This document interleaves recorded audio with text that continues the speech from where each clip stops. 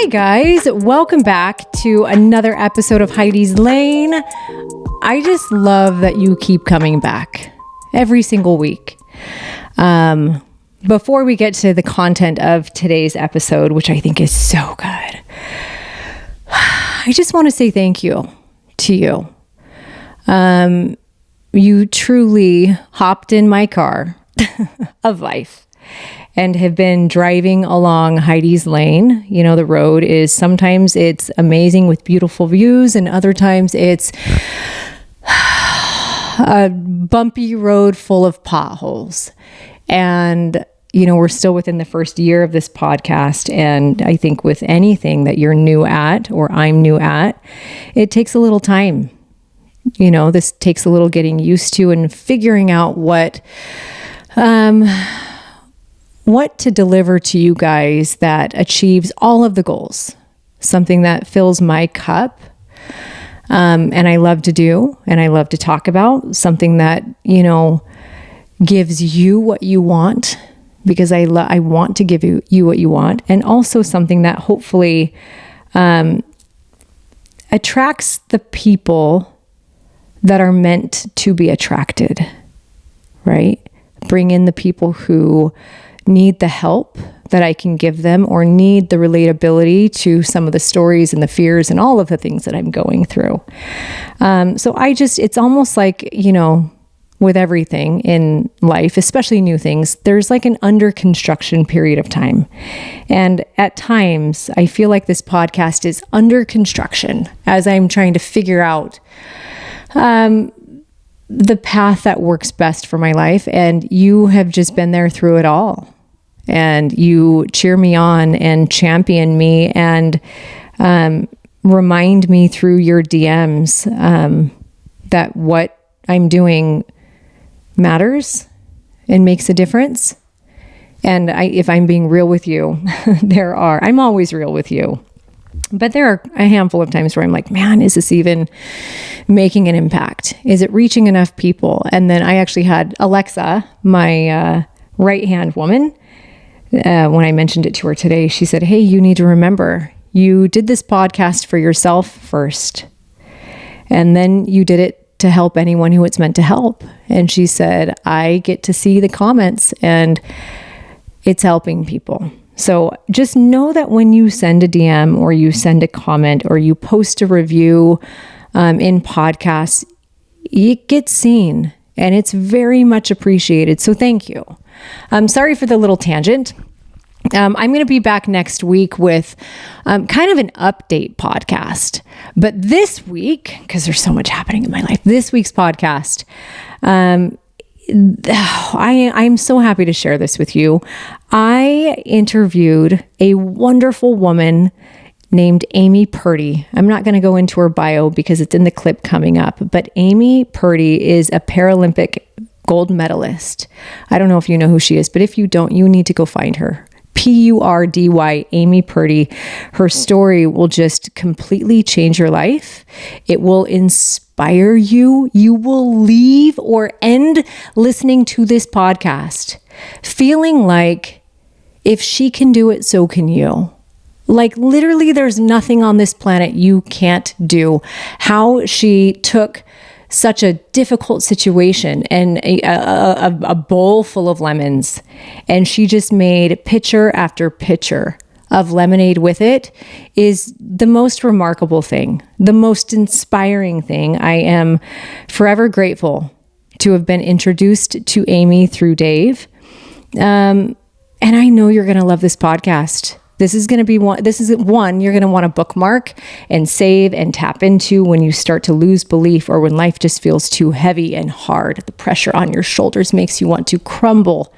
Amy Purdy's episode here on Heidi's Lane is one you're going to want to listen to.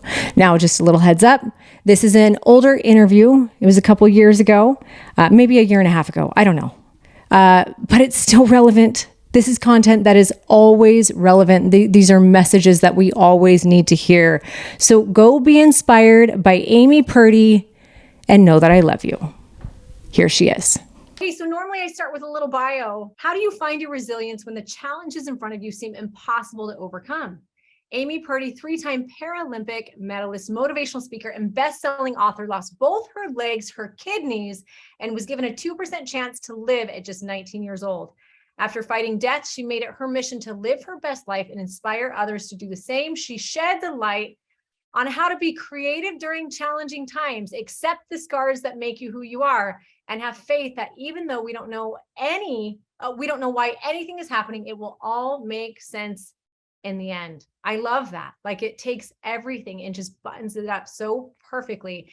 Amy, I met you through Dave, and indirectly, I only met, I was with Dave when he was setting up the interview last time, and it was during a really challenging time. I remember that there was a lot, I think surgeries were happening, and I was introduced to your story through that. And it's amazing. I actually re-listened to the podcast that you and Dave had done.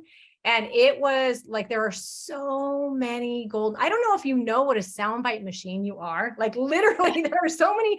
I have an entire notebook full of quotes that you said. It was such great stuff. So thank you for being here.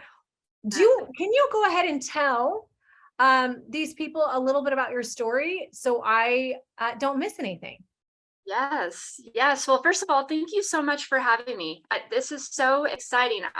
And to be honest, I really have never done anything like this before. I feel like I'm always speaking on stage, like in front of, a huge audience of people, where I have to be super prepared as well. And then I do podcasts where it's one-on-one, but I love that I can see everybody's faces on here. And this just feels so comfortable and supportive. So, I'm really excited for today. So let's see, where do I even start? I will start here because there is a lot of fitness within this group, right? This is part of this group and what you guys are on. Okay. So I do want to start with fitness has always been a big part of my life. And I'm so grateful for that because it actually went on to save my life. So I grew up with a mom who was like Jane Fonda. She worked out in the living room every day with her leg warmers and like her purple G-string like outfit over her turquoise tights. And like, I grew up, watching that. And when I was 12 years old, my mom got my sister and I a gym pass, and we worked out every single day with her on our way home from work. She would pick us up from our grandma's and we'd go to the gym and then we'd go home. And then in high school, my sister and I worked out every day on our way home from school as well.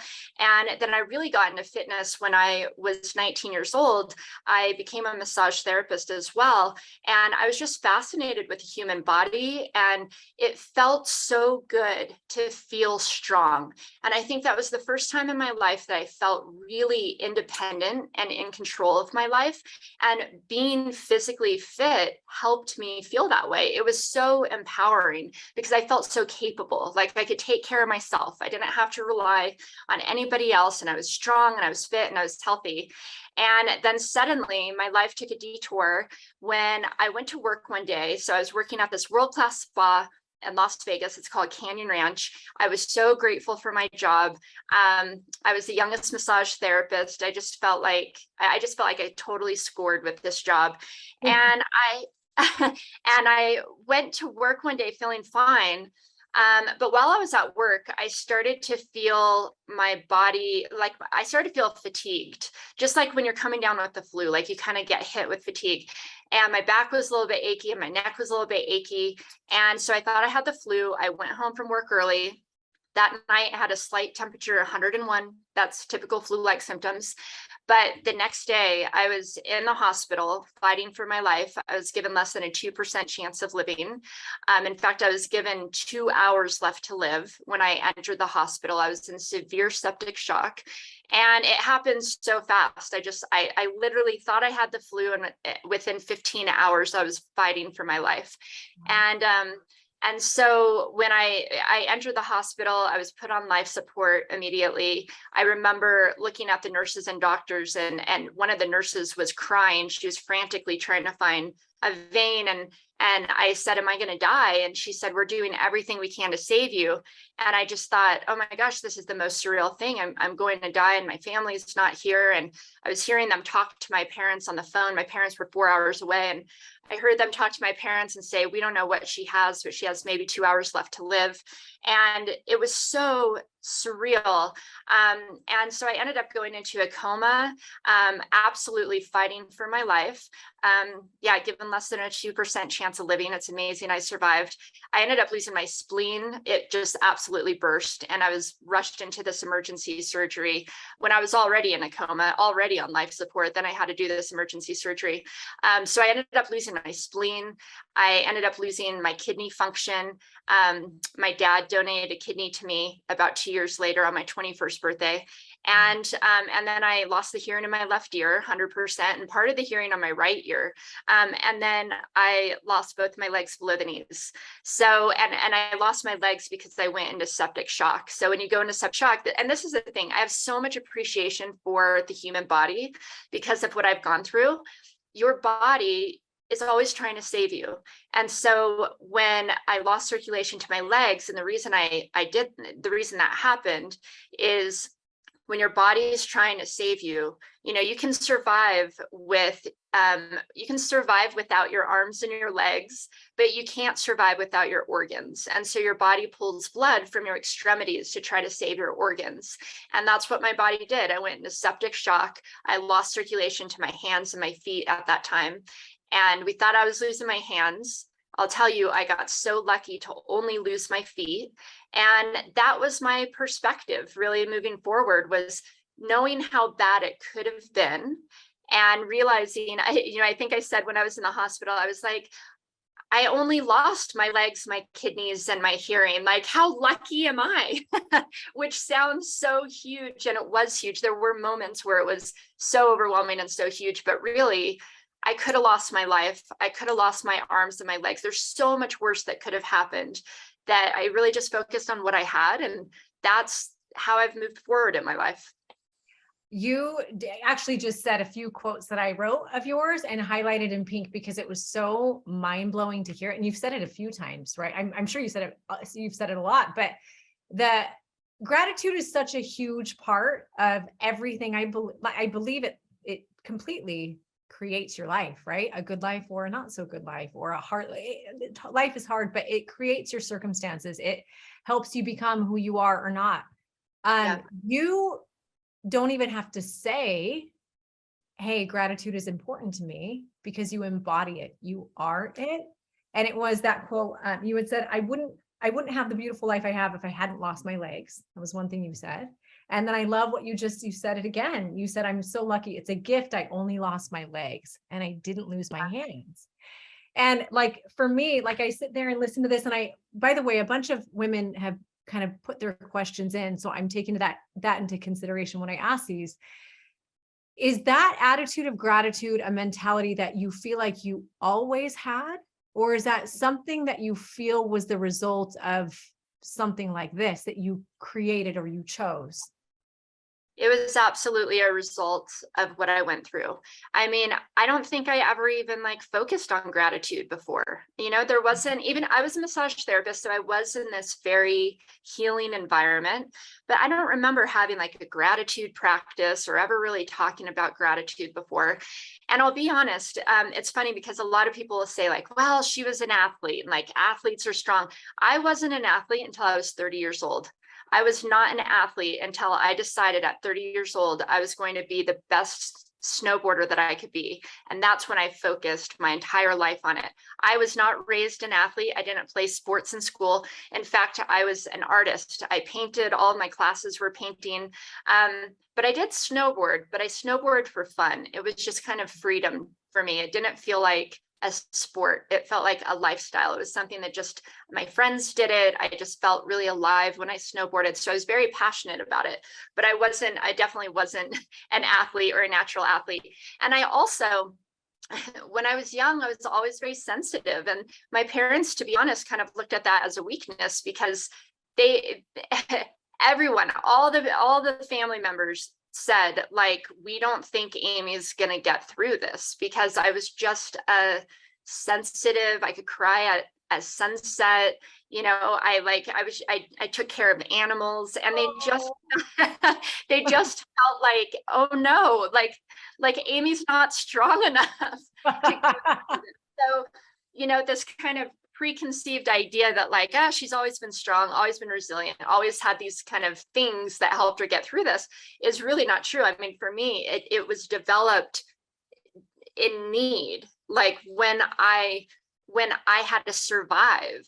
And I think that's what's so amazing about going into survival mode, is the tools that come out, kind of the emotions go away. So there was a total detachment for me on what was really happening. And instead it was just like, I got to do whatever I can to survive. So when I lost my legs, in fact, I'll just tell you really quickly, when I was being wheeled into the operating room to have my legs amputated, and I have to say that I had no idea what to expect. I had never seen another amputee in my life. The only amputee I had seen, I saw like a wounded veteran, which is so sad, sitting on a corner, in a wheelchair. That's like the vision in my brain of what my life was going to be like without my legs. So I had no idea what to expect. But as I was being wheeled into the operating room, because they did everything they could to save my legs, and just the night before, the doctor said, if we don't do this tomorrow, you're going to die. So it had to be done. And I remember just saying, all right, let's do this. Like, I didn't cry. I just was like, what do I got to do to get through this? And so when they were wheeling me into the operating room, I felt so out of control of my life. I had no idea what to visualize. Like, I didn't know, because I didn't even know what my life would be like. All the stuff I thought I would do, travel and snowboard, I had no idea if I'd be able to do again or go back to work as a massage therapist. And so I gave myself 3 goals, because I thought these 3 things I can hang on to. These will be the kind of anchors that get me through this. And the first goal was that I wasn't going to feel sorry for myself, that I wasn't a victim, and I wasn't going to act like one. Everybody felt so sorry for me. Everybody who walked into the hospital room was so sad. And I saw my parents go through so much heartache. And it didn't feel good. It didn't feel good to have people feel bad for you. And so I felt like I am not a victim. I made the choice to be here. I had a previous, an actual near-death experience when I was in a coma, and I made the choice to be here. And so that gave me a confidence that if I wanted the easy way out, I could have chose the easy way out, and I didn't. The second thing was, when I figure out how to snowboard again, I'm going to help others do the same. And when I just figure this whole mess out, I'm going to help others do the same. And I had this kind of just knowing or belief that I would. I kind of saw myself standing on stage talking to people and saying whatever it is you're going through, it's all going to be okay. It is all going to be okay. It makes me emotional, to be honest, to think about, because we go through so much in our lives. And sometimes you just have to hear that it's going to be okay. Everything's temporary. It really is. Like, losing my legs wasn't temporary, but the emotions and the pain and the grief and the feeling that came with it, that was temporary, Yeah. And so I wanted to help others feel empowered. And then my third goal was I was going to snowboard that year, because I had never missed a season of snowboarding, and I wasn't ready to miss a season. So I was going to snowboard that year. And so it was August that I lost my legs. I ended up getting on a snowboard again in March. And and that was a whole thing of its own, a whole experience of its own. But, kind of going back to gratitude, it's not like I was in the hospital thinking, oh, I got to pull out my gratitude journal and write the things I'm grateful for, like as if these were tools that I had previously learned. It's more things that I realized along the way that helped me survive. And what helped me survive was being so grateful for my family, just being grateful for what I did have versus focusing on what I didn't have, and seeing my family support me. And just that, if nothing else, went my way, just to have my family was enough to be grateful for, to keep me moving every single day. And And I just realized that the more I was grateful for the things that I had in my life, the more abundant my life was, and the more fulfilled I felt. And I didn't feel lack and loss as much because I felt so much abundance of love and support. And so it just became a practice of mine of look for the things to be grateful for. Look for the things to appreciate every single day. They're there. You'll always find them. And when you start your day that way, it changes how you step into the world. Yeah. Oh, I mean, there's so much in what you just said that is so good. Number one, I agree with you. I actually, back in the day, I wanted to start a podcast called Beauty and the Beast, but I'm like, Disney might not like that because it's a little bit of an infringement. But truly, I believe, and you had said something too. I don't remember, but it was a quote that you had said something about how through the hardest, deepest struggles have come the most beautiful things. And I heard that and I'm like, yeah, she's my kind of person. I really believe that. And I love it. Also, I mean, just in hearing what you said, the fact that you were 19 at the time that this happened, you said, not really having previous teachings and having people around you that felt bad for you. The fact that you were a sensitive person, right? All of this, that you were able to tap in and be your cheerleader is insane. I mean, it's insane. I don't know. And usually our vision for what is possible is limited by what we've seen. And so also that you'd only seen one wounded veteran, Right. and you then were like the strength. Like I'm so curious where that came from. And all I can connect it to from what I've heard is a near-death experience. Like I can imagine that there was something in there that like helped you go beyond. But what was it for you?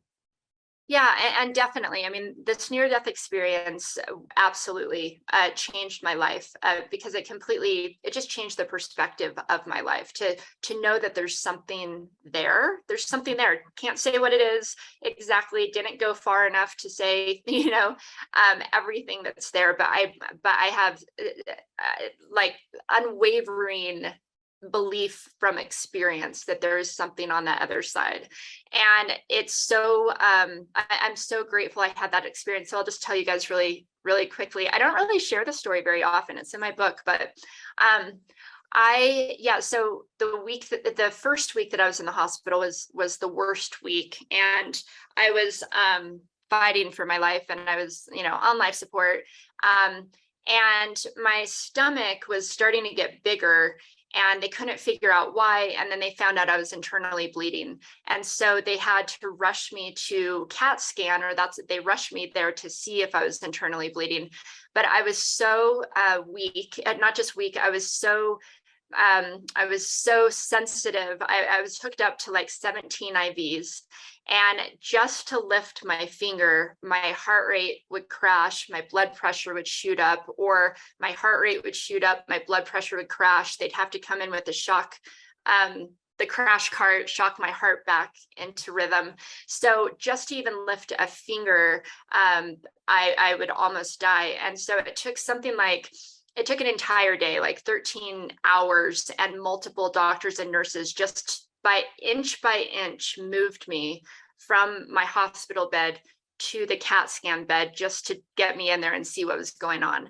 And when they got me in, they realized that my spleen if it had not already burst, it was about ready to. It was 10 times its normal size, which is so crazy. So I think your spleen's like that. So it was just like, yeah. And so they were like, if we don't bring her into surgery right now, she's going to die for sure. And they figured I was going to die anyways. But they rushed me into emergency surgery. And I remember being in that surgery, and, your eyes are taped closed, and I've been in a coma for a couple days already. And, I'm intubated on life support, all of that stuff. But I remember being in a coma, in surgery. I remember hearing my surgeon talking to me, and he said, Amy, whatever it is you believe in, think about that right now. And I thought, I believe in love. I believe in love. love creates everything. And not just, I wasn't thinking romantic love. I was thinking just love in general, just the energy of love. And it's interesting, had you have asked me that any other time, I don't know what I would have said. Amy, whatever it is you believe in that now. In that moment, in that critical moment, that's where my brain went. And so I thought about the things that I loved in my life. And I thought about the smell of a campfire. And I thought about the taste of hose water as a kid, like that metallic taste. And I thought about the sound of ocean waves. I just started thinking of all these sensory things that I loved so much about life and that I wasn't willing to give up. And my heart was just absolutely beating out of my chest. It was beating 266 beats per minute. And so going back to how fitness saved my life, the fact that I was so physically fit at that time, they said, had I have not been so strong, there's no way my heart could sustain that.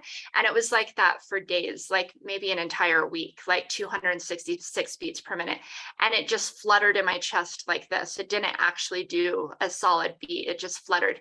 And so I felt it. I remember feeling my heart was beating so fast out of my chest. And I actually thought I was in heart surgery because the surgeon opened me up. I felt it, but I didn't feel pain. But I knew he was opening me up from my sternum to my belly button, and I could feel that was happening. And I thought I was in heart surgery because my aunt has a scar right there, the exact same scar from heart surgery. And so I thought, oh, they're here to help my heart.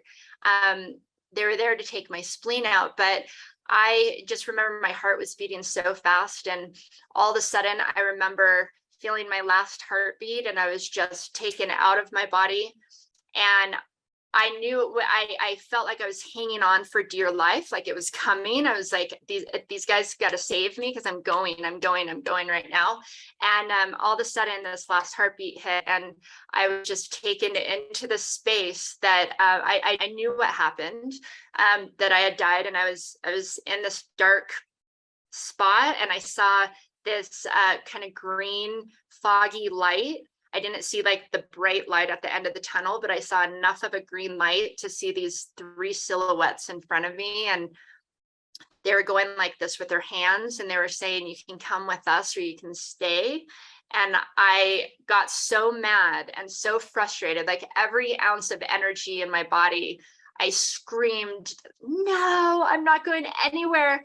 And right then there's this bright red light.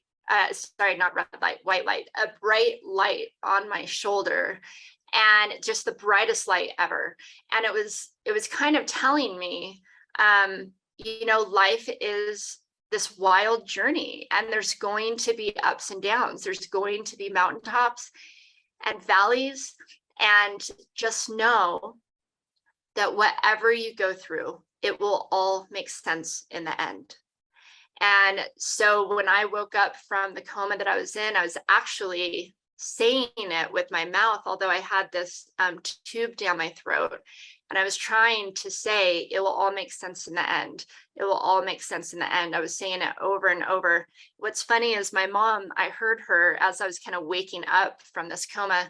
I heard my mom ask the nurses, why is she doing that with her mouth? And they said, oh, patients who are intubated want the tube out. And so it's just because she wants the tube out. And I was thinking to myself, no, it's because I'm trying to remember what I just learned, that no matter what we go through, it will all make sense in the end. And so my mom gave me a piece of paper because I just wouldn't stop kind of moving my mouth, and a pencil. And I wrote it down. I said, I had a choice and I chose to live, and it will all make sense in the end. And so obviously having a powerful experience like that, it can't not change your perspective on life and the things that come your way. And so it was just a few weeks after that I was dealing with the loss of my legs. And so every time I've gone through something, I always have that to fall back on, that was this incredible experience and lesson that gave me a perspective that no matter what we go through, we may not have the answers. We may not know what the answers are, even in our lifetime, but it will all make sense in the end. And so if nothing else, that's a faith that I always have to fall back on. And, but it wasn't all that. Like, that wasn't where all the strength came from. It really came from, I think, being in survival mode and just realizing how strong I was, seeing my family be so sad and devastated for what I was going through actually made me want to make them feel better. And so I would think to myself, I got to be the strong one for everybody. Like, I need to let everybody know it's all going to be okay. One way or another, we'll figure this out. And so you just don't expect that stuff to happen, especially being like the most sensitive one of the family, and then finding this inner strength. But it's there. And also, when you're in survival mode, and I recently went through this because I got an injury and went through 10 surgeries over the last 3 years, there's a beautiful gift that comes from it. It puts you in the present moment. And when you are present and you just look around right now at what you have, there's so much to be grateful for. All the anxiety goes away. All the worry of, am I going to walk? Am I going to date? Am I ever going to get married? Could I have kids? Like all these fears and anxieties that we have, it comes because you're thinking of the future. You're not in the here and now.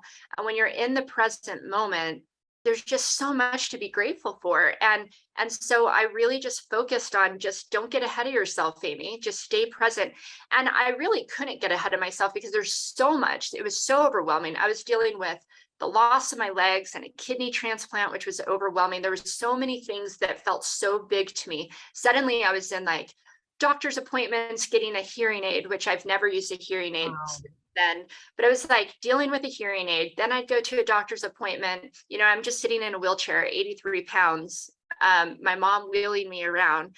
I'd go to another doctor appointment for a kidney transplant and learn about how scary all of that is. And then go to a leg appointment and just be absolutely overwhelmed by how uncomfortable these prosthetics were. It was just so much to think about. So as long as I was present, just dealing with what I needed to deal with right now, everything was good. Everything was okay. I had everything I needed. Love, support. I was alive, and you just build on that. One of my favorite reminders that I say quite a bit in this community, it's more anything I say to my friends here, it's because I need it for myself, right? And we all do as humans, but it's and I had a whole little experience. I've had a handful of experiences that similar, like those are the things that I lean on because I know that there's more. But I have a picture by a wall that says you're exactly where you're supposed to be. And I believe that in every single aspect. Every ounce of me believes that everything that I go through, the good, the hard, all of it is meant to make me who I am, right? And I love that with you. You had said something. Here I am, like trying to go through my notes of things. You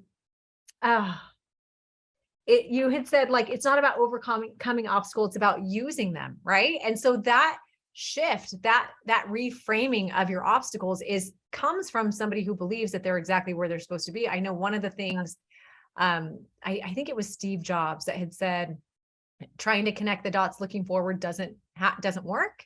You can only connect the dots looking back. And so it's like trusting that whatever moment I'm in, whatever hardship I am feeling, it is here.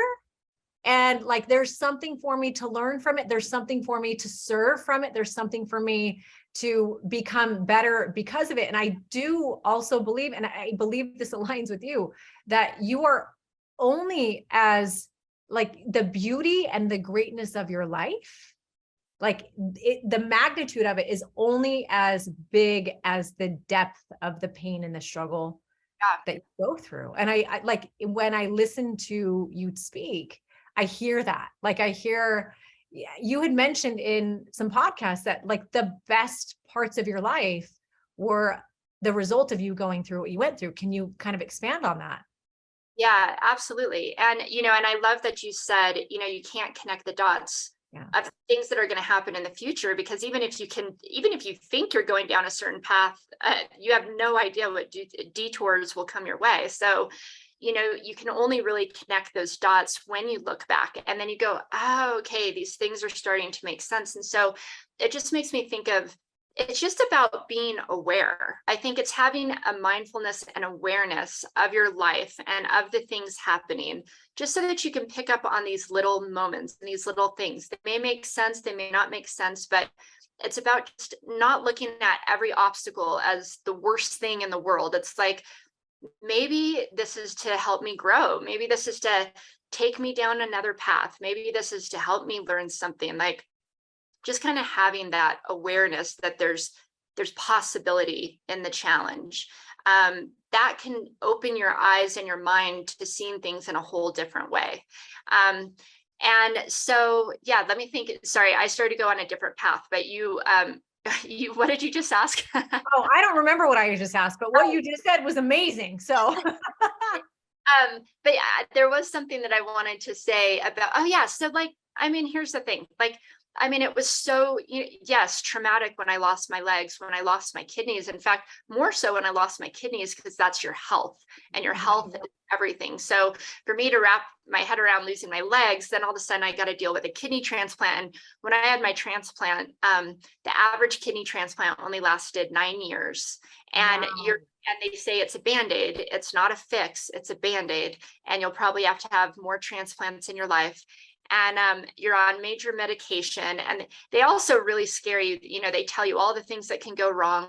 Your kidney can fail at any time. They don't want you traveling. Your immune system's knocked down. I mean, basically just wiped away my entire vision that I had for my life, which was to travel the world and snowboard.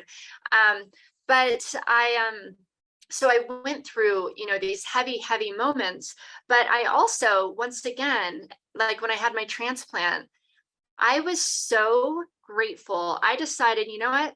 Like, if you can't change the situation, all you can do is accept it and embrace it and just lean into it. And so that's what I did with my transplant. I just enjoyed every second, even like the day after surgery. I was so grateful that I had my dad's kidney, and I would listen to like this meditation music, and I just stayed calm, and I didn't let myself worry about all the things that could come. And I just totally embraced this kidney. And I swear that by mentally embracing it and accepting it, my body accepted it. And now my dad and I just celebrated 21 years with my transplant. I've had 0 issues. I've traveled all over the world. I've done all the things that I've ever wanted to do. And in fact, I've done those things because of what I've gone through. So it's like my life went on this crazy detour, but I realized I needed to go through each one of these things to get where I wanted to be. And when I got there, it looked totally different than I ever could have imagined. If I imagined myself being a pro snowboarder, I went on to do that. But in the Paralympic Games, it took losing my legs to get there. And so your life does these incredible detours. My mom once said something that I loved, and I think she read this quote somewhere, but that you put your goals in concrete, but you put your plans in sand. Oh, and I love that.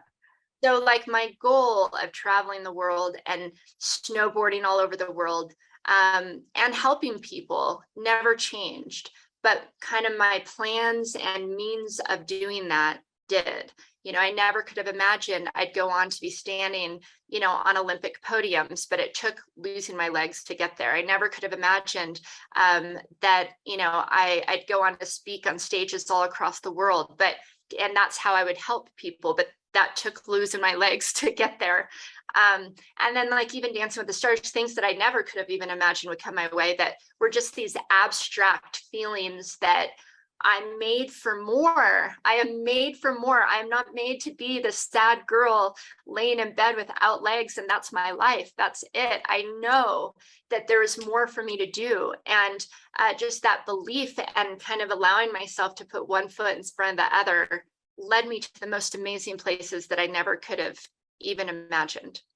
But it took every step along the way, every hardship, every fail, every mistake, every challenge. It just took every single thing along the way. it's so wild to me that like that stuff's so hard. And it's so hard. It's not like, I'm not like Miss Positive where I'm like, oh yay, here's another challenge that I get to deal with. Like when you're going through it, it's the worst thing ever.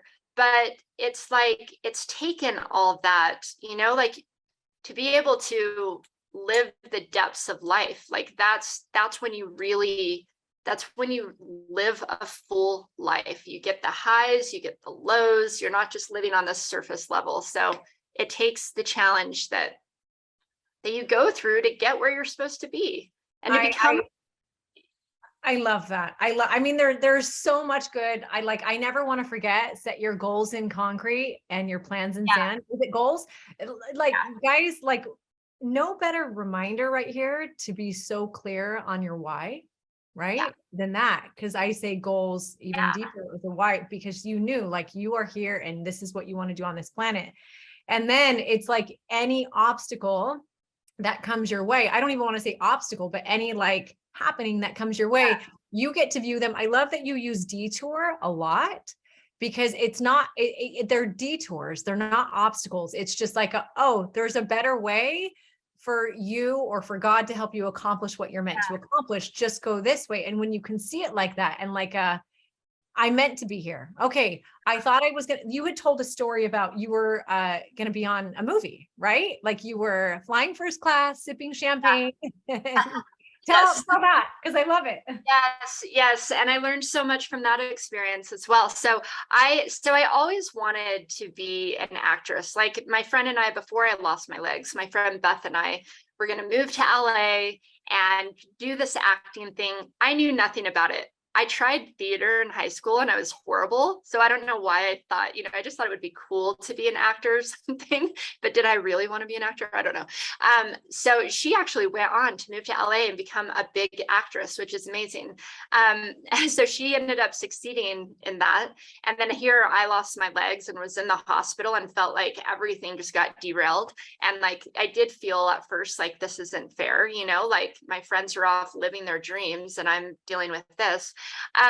But it always was in me, I think, to perform. And I think now just looking back, like performing as an athlete on the world's biggest stage, performing on Dancing with the Stars, like I always have had this kind of performer thing that I've enjoyed. And so, so how did that come to be? So I was going into my very first Paralympic Games in 2014 in Sochi. And I believe it was like August of 2013, and the games are March of 2014. And I was going into the games, I was training, I had all these sponsors, I like had my whole season planned out. All of a sudden I got a phone call from Warner Brothers that they were doing this huge feature film and that they wanted me to try out for one of the lead roles. She has prosthetic legs, but she's like this badass ninja and does roundhouse kicks and slices people's heads off because her running blades have swords. And I was like, this is so badass. Sign me up. And so they flew me to London, and I was like, yes, I was eating filet mignon in first class and drinking champagne, and I was like, this is the life, And then I got to Warner Brothers, or I got to London, and I went in. I was working with Claudia Schiffer. She was actually who was designing. She was the wife of the director. So she was, and I was like, oh my God, I grew up idolizing these 90s supermodels. And she and I worked together, every day that I was there. So I was there for a month and I was working with these acting coaches, and we basically were creating this character from the ground up. So the movie, it's so funny, all of a sudden I'm not even thinking of the name of the movie, but it was called, you guys probably know actually, will somebody tell me? I'm like, my brain's in a different mode. It's called Dave might know. Dave knows all the movies. Dave, where are you? I can't think of it. It's called, her name's Gazelle. That's who my character was. And it's here, I'm going to look it up. It's called Gazelle. Daniel would know. Movie. Watch. This is how bad I am. Like my brain gets in a certain mode, and I'm like, I can't even remember the most basic things. Well, I'll look it up. I'll tell you what it is. Okay. I was working with Samuel L. Jackson. We were working together, and it was like this thing was happening. And so contracts were sent to my team. I worked with them for an entire month to build this character. I flew home to work on the legs. So we were building the legs. We had I designed the legs with them, and then they sent them to my prosthetic shop, and like the whole thing was happening. And I remember flying back like first class again with my champagne, and I was like, this is my big break. Like, it's happening. Like, when they talk about like the things that come your way that are just meant to be, I was like, this is it. Because I was also really physically fit at that time. I was working with Jackie Chan's martial arts team. I was able to do roundhouse kicks on a running blade, and I was doing backflips on these wires. And the fact that I was so physically fit from training for the Paralympics, like, prepared me for this role. Like, I couldn't imagine a more perfect role for me, right? And so I come back, fly to Colorado, pack all my snowboard gear, pack all my legs, head to Florida to start building these legs. And the reason I had all my snowboard gear was I was going to go to London. We were going to film. I was going to fly to Austria on the weekends and snowboard and train for the rest of the season. And we were supposed to start filming in January of 2014. We were going to wrap by like February 24th or something. And then I would go to the Paralympic Games in March. So barely had a way to even make it happen. But I wasn't going to let it go. And so anyways, I fly to Florida. We start working on these legs, and it's like, my managers are signing contracts, like all this stuff is happening.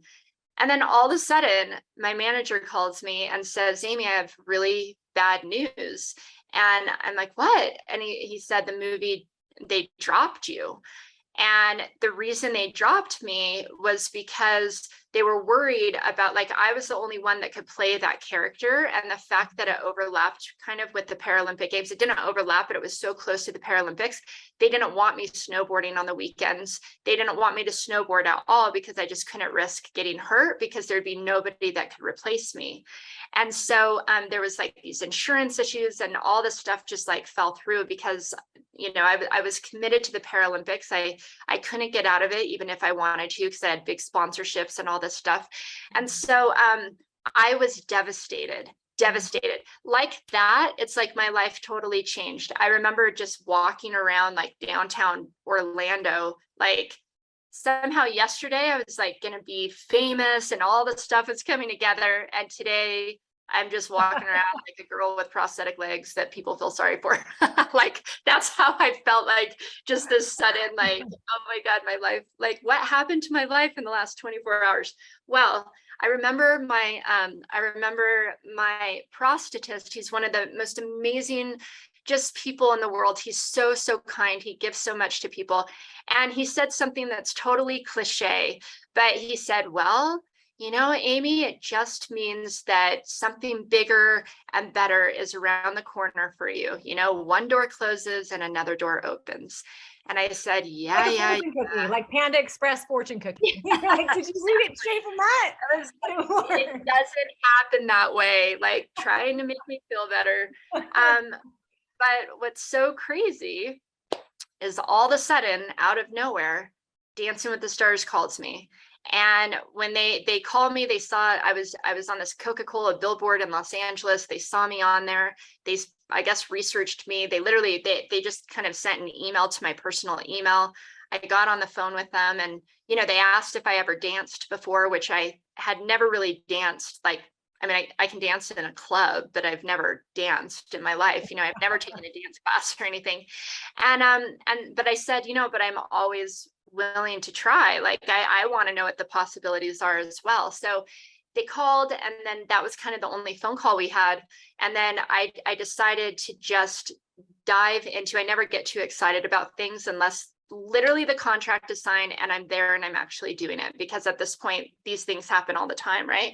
And so I just threw myself into training for the Paralympics, and I thought, what, whether that happens, this movie obviously didn't happen. I'm just going to be the best athlete I could be and focus 100% on that. So I started focusing on that. And it was like 2 weeks before going to the Paralympics that Dancing with the Stars officially invited me on the show. It overlapped with the Paralympics. They had to fly Derek to Russia, and we were training in Russia.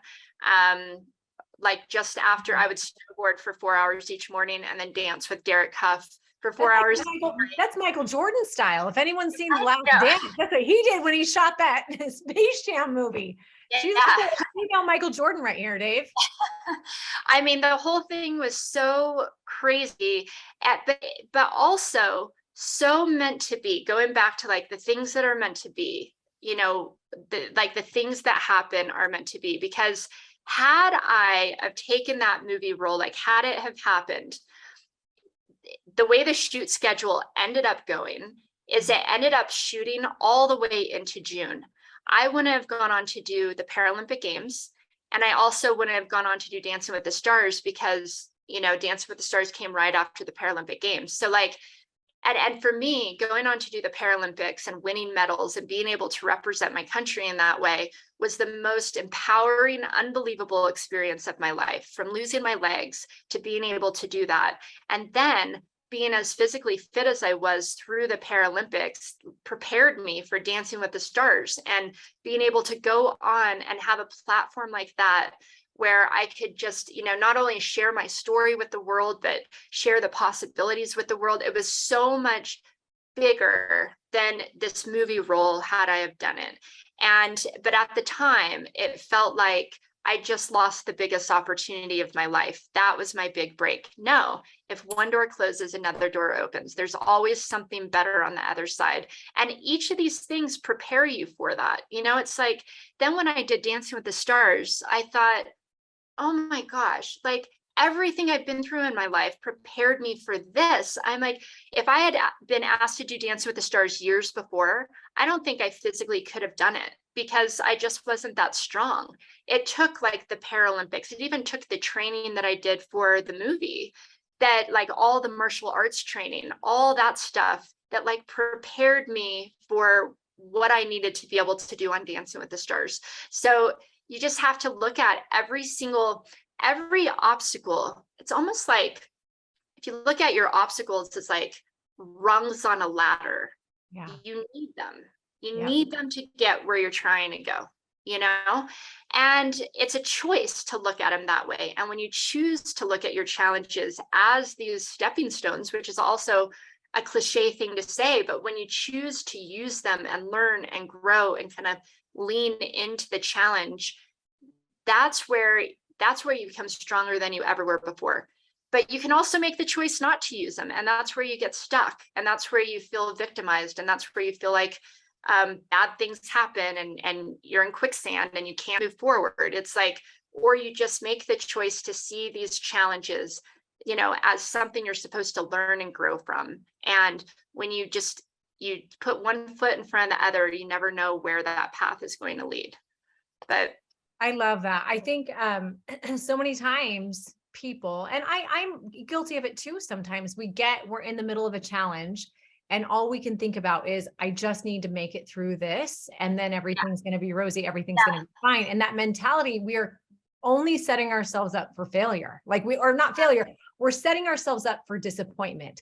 But I had mentioned it in a live the other day. I don't remember which live, you guys, one of the lives. But it's like God almost is like Mr. Miyagi we're waxing his car and we're like, what the heck is he having us wax our car for? Do you remember that analogy? And at the end, you know what, Karate Kid knew how to do wax on, wax off when he was fighting because he waxed Mr. Miyagi's car. Dave, do you love that example? Exactly. You're like, why do I have to go through this? None of this makes sense. And if you can look at everything that way, and you're the epitome of it. You embody this. I love that. It's, I mean, life really is, it's magical. It's magical when you choose to look at it that way. and it's just a choice. It's just a perspective. It's like all these weird things happen and you don't know why, but when you're aware and you just kind of take it step by step and you go, well, I guess we're going this way for whatever reason. And then, things start to fall into place and make sense at some point. And so I always say, it's not about overcoming your obstacles. It's about using them. It's about pushing off of them and seeing what amazing places they can bring you. Because I feel like we hear it a lot. We hear overcome your obstacles as if they're a bad thing that you have to overcome. And you're like, I'm trying so hard to overcome this thing. Well, you know what? A lot of things will never be overcome. I mean, for me, I put my legs on every single day. My legs will always be a challenge. But I'll say too, like, you can look at your challenges as a burden, or you can look at them as an opportunity. It's like, what can I learn from this? And so my legs are always going to be an obstacle in my life. My kidney transplant, I've been so blessed with it, but there's a chance that in my life that could be another obstacle. And it seems like as soon as you get to a place where life is good, another huge obstacle comes your way. So I think we just need to look at life differently, not like we're on the straight path and these obstacles, knock you off your path. No, the obstacles are the path. It's like that is the path of life. So good. So good. I love that. And I think part of what comes with being in a position like you're in, or like I'm in, or Dave, I think sometimes people look at us like we have it all figured out and we don't still struggle, right? Like, I hear your story and I know your perspective, but I also am wise enough to know that you still have hard days. And coming from someone that has a little platform, it's hard to admit because, like, for example, I just recently came out and talked about it, but I had a very severe, and I could relate to you when you were talking about it with your story, a severe panic attack 7 weeks ago that landed me in the hospital. And I didn't even know that I had anxiety. I had no clue, because I just am always, and that was a huge wake up call for me. And it was something that for 6 weeks, I mean, I was like, I got to make changes. I need to figure this out. And there's a voice in my head that's like, is something wrong with me? Because should I be? But the reality is we still have hard days. And so that being said, I want to know, what are your hard days like? Do you still have hard days? I know not too long ago you were dealing with anxiety and panic. And what's your path through it? How do you work through it? Yeah, I mean, yes, we're all human. So I think it's fair to say, I think I have the same hard days that most people have. I mean, just like what you said, panic attacks. I mean, I actually didn't. So I don't think I have anxiety, but last year I was doing a lot of back-to-back speeches and I didn't realize the toll it was taking on my body. I would find myself losing my voice really easy. I would find myself just absolutely exhausted after every talk. And then I suddenly was getting ready to just do a virtual talk. It was something I had done so many times. It was barely anything for me. And my body went into a full panic attack. I was on the phone with my husband and my manager, and I was like, I literally could not show up. I could not show up. We had to cancel. It was this whole thing. I didn't even know where it came from. But what I realized is my nervous system, it's like turned on and it hasn't turned off, and I need to take care of myself. So just going back to those moments of, you don't always know until you reach a breaking point what you have to work on. And it's so important to take care of our bodies. And so going into this last year, I thought, I don't ever want to get to that point again where my nervous system is breaking down, because then everything else breaks down with it. So I took the whole month of January off and just really did a lot of self-care and just, worked out, because I'm starting to walk again, and really took care of my body and ate well and slept in, and just everything I needed to do to take care of myself to get through that. And now I'm kind of stepping into, I went on to step into speaking.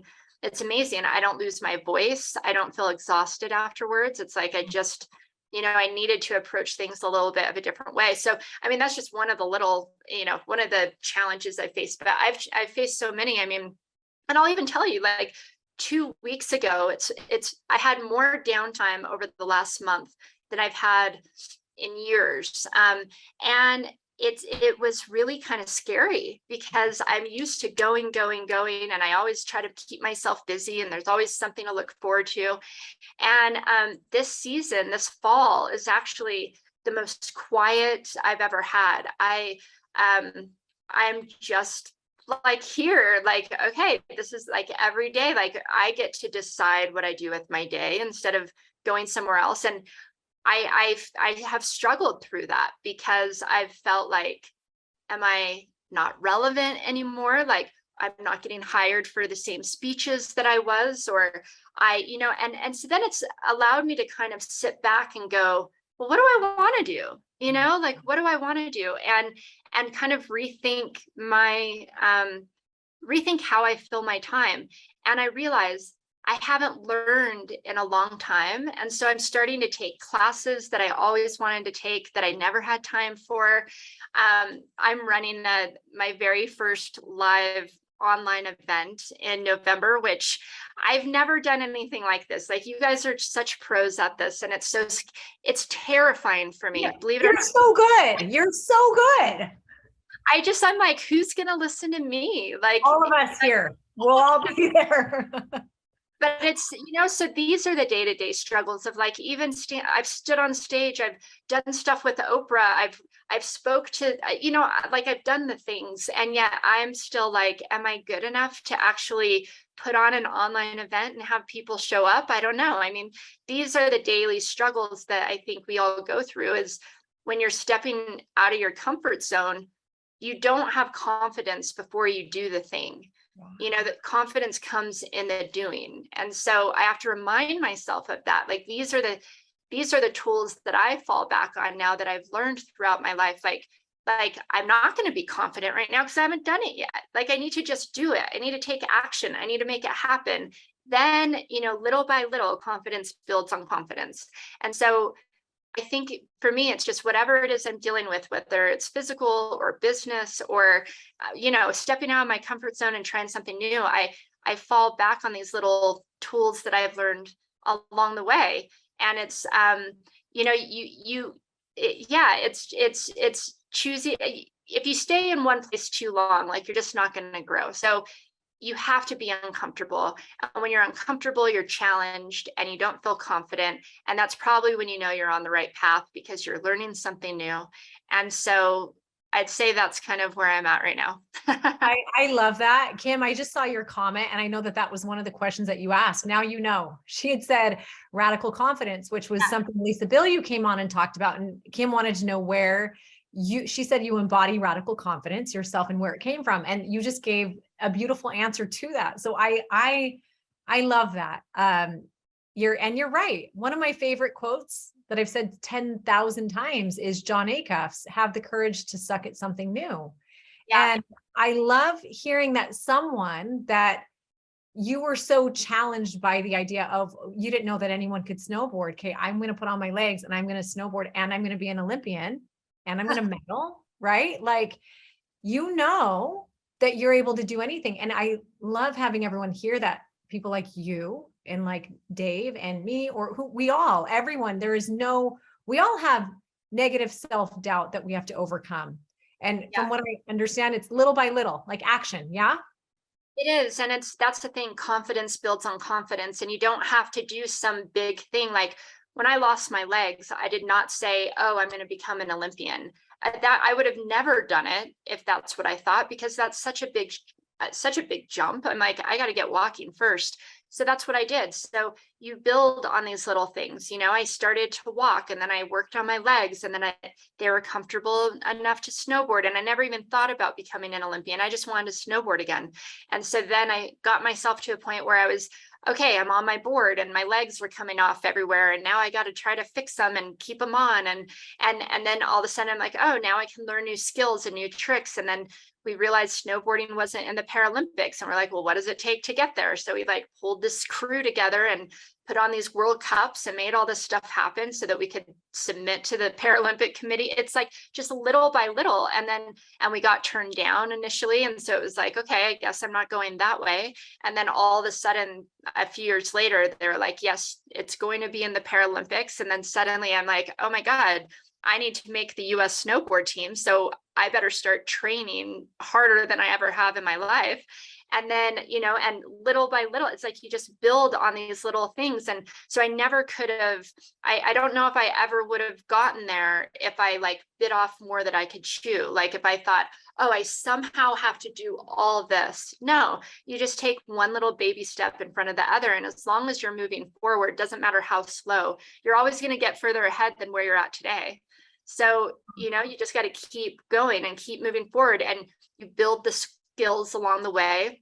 You build the confidence along the way. Opportunities open up along the way. And so I think, but we stop ourselves before we get started because we always want the confidence before we begin. And you hear it all the time. I just heard my mom the other day say, oh my God, I can never do that. I'm horrible at that. Like whatever it was we were talking about. And I'm like, well, have you tried? How do you know you can't do it?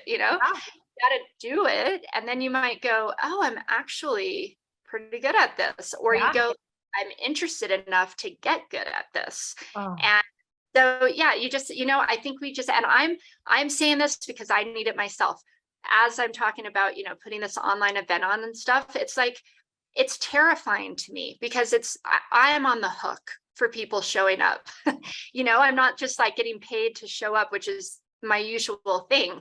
I'm on the now you own it. Yes. But I'm like, but if you don't do it, you never know. And if I do it and only a few people show up and I enjoy it and I feel like I can deliver value, like that might be the spark that I need to keep going. And so you do it, you got to be not scared to fail. You got to look at, what am I going to learn? You're always going to learn a lesson. And then you build on that. And I want to say something to that. Here we go. Because Dave will remember when I first met Dave. So yeah, we had, similar, like everything was always laid out for me, right? Not laid out for me. I worked my butt off, but like I was pulled onto a TV show. I didn't think I ever wanted to be on camera. I hated being on camera. And then when my marriage ended, and that was what it had, we had created a business and a platform there, and I was on my own, I suddenly didn't know who I was. And I created a thing that was super scary for me. I don't even know if you guys know this on here. It was an online course, an online thing. It was not live, but similar. For me, 3 years ago when I started it, it was equally as scary as probably that. It was the first thing I'd ever done on my own. It was called Show Up. So that Show Up bundle that you guys see that I give away now, I created this product called Show Up, and it was all the life lessons and all the things. And I remember going to launch it, and I had so much fear in launching it for every reason you just said. There was like what's it going to mean about me if nobody buys this? What's it going to mean about me? Like I poured a year into it. So many days you can tell I have different hairstyles as I shot it because it just was so much. And I finally told Dave, because I wouldn't even let him watch it. So he and I were dating, and I'm like, you're not allowed to see any of it. And I said, I had to get to a point where I said, you know what? Like I had to reframe it and say, if this is bought and used by 10 people and it changes one of those 10 people's lives, my job is done. Like I am like, it did what it needed to do. Oh my goodness. How incredible was this episode? Now, if something Amy said inspired you, if this episode is something you feel like someone else needs to hear, please share this episode. Go give Amy a follow. And I just want to end by saying thank you. Thank you for being here. Thank you for being you. And thanks for being my friend. I'll see you next week.